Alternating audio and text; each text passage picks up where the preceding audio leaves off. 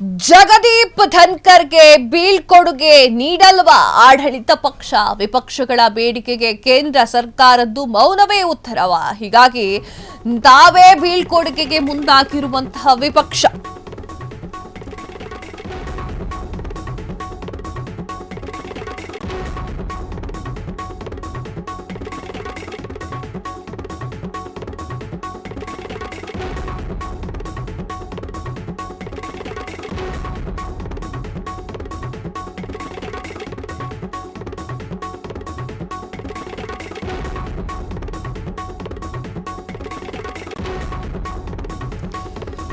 ಜಗದೀಪ್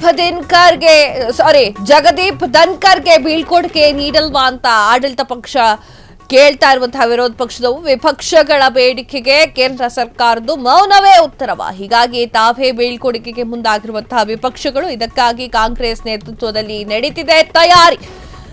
ಈಗಾಗಲೇ ಧನ್ಕರ್ಗೆ ಆಹ್ವಾನ ನೀಡಿರುವಂತಹ ವಿಪಕ್ಷಗಳು.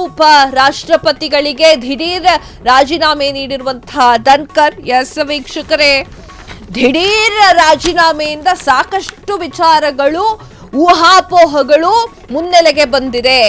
ಈ ವಿಚಾರಕ್ಕೆ ಸಂಬಂಧಪಟ್ಟಂತೆ ಜಗದೀಪ್ ಧನ್ಕರ್ಗೆ ಯಾರು ಬೀಳ್ಕೊಡುಗೆ ಮಾಡಲ್ಲರಪ್ಪ ಅಂತ ಕೇಳಿದ್ದಾರೆ ವಿಪಕ್ಷದವರು. ವಿಪಕ್ಷಗಳ ಬೇಡಿಕೆಗೆ ಕೇಂದ್ರ ಸರ್ಕಾರ ಸೈಲೆಂಟ್ ಆಗಿಬಿಟ್ಟಿದೆ. ಹೀಗಾಗಿ ತಾವೇ ಬೀಳ್ಕೊಡುಗೆ ಮಾಡೋಣ ಅಂತ ಹೇಳಿ ವಿಪಕ್ಷದವರು ಯೋಚನೆಯನ್ನ ಮಾಡಿದರು. ಒಳ್ಳೆ ಕೆಲಸ. ಇದಕ್ಕಾಗಿ ಕಾಂಗ್ರೆಸ್ ನೇತೃತ್ವದಲ್ಲಿ ನಡೀತಿದೆ ಈ ಒಂದು ತಯಾರಿ. ಹೀಗಾಗಿ ಧನ್ಕರ್ ಆಹ್ವಾನ ನೀಡುವುದು ವಿಪಕ್ಷಗಳು ಅಂತ ಹೇಳಲಾಗ್ತಾ ಇದೆ. ಉಪರಾಷ್ಟ್ರಪತಿಗಳಿಗೆ ದಿಢೀರ್ ರಾಜೀನಾಮೆ, ಅಂದ್ರೆ ಉಪರಾಷ್ಟ್ರಪತಿಗೆ ದಿಢೀರ್ ರಾಜೀನಾಮೆಯನ್ನ ನೀಡಿದ್ದಾರೆ. ಅವ್ರು ಏನ್ ರಾಜೀನಾಮೆಯನ್ನ ನೀಡಿದ್ದಾರೆ, ನಂಗೆ ಸ್ವಲ್ಪ ಹುಷಾರಿಲ್ಲ, ವಯಸ್ಸಾಯ್ತು, ಆಗಲ್ಲ ನಂಗೆ ನಿಭಾಯಿಸಕ್ಕೆ ಅಂತ ಹೇಳಿ ರಾಜೀನಾಮೆಯನ್ನ ನೀಡಿದ್ದಾರೆ. ಒಳಗಡೆ ಅದೇನೇನು ನಡೆದಿದೆಯೋ ಗೊತ್ತಿಲ್ಲ, ಆದರೆ ಅವರು ಬರೆದಿದ್ದು, ಉಲ್ಲೇಖ ಮಾಡಿದ್ದು ಟ್ವಿಟರ್ನಲ್ಲಿ ಆ ರೀತಿಯಾಗಿತ್ತು. ಅವರಿಗೆ ವಯಸ್ಸಾಗಿದೆ ಅಂತ ಹೇಳಲಿಕ್ಕೆ ಸಾಕಷ್ಟು ಸಮಯದಲ್ಲಿ ಅವರು ಕೂತ್ಕೊಂಡು ಮಾತನಾಡಿದ್ದಾರೆ. ಸಾಕಷ್ಟು ಸಮಯದಲ್ಲಿ ಎಷ್ಟೋ ಗಂಟೆಗಳ ಕಾಲ, 8 ಗಂಟೆ 9 ಗಂಟೆಗಳ ಕಾಲ ವಾದಗಳನ್ನ ಮಾಡಿದ್ದಾರೆ, ವಾದ ವಿವಾದಗಳನ್ನ ಆಲಿಸಿದ್ದಾರೆ. ಹೇಗೆ ಹೇಳ್ತೀರಾ ಅವ್ರಿಗೆ ವಯಸ್ಸಾಗಿದೆ ಅಂತ ಹೇಳಿ? ಏನೋ ಒಳಗಡೆ ಇರುತ್ತೆ, ಅದು ಹೊರಗಡೆ ಏನು ಬಂದಿರಲ್ಲ.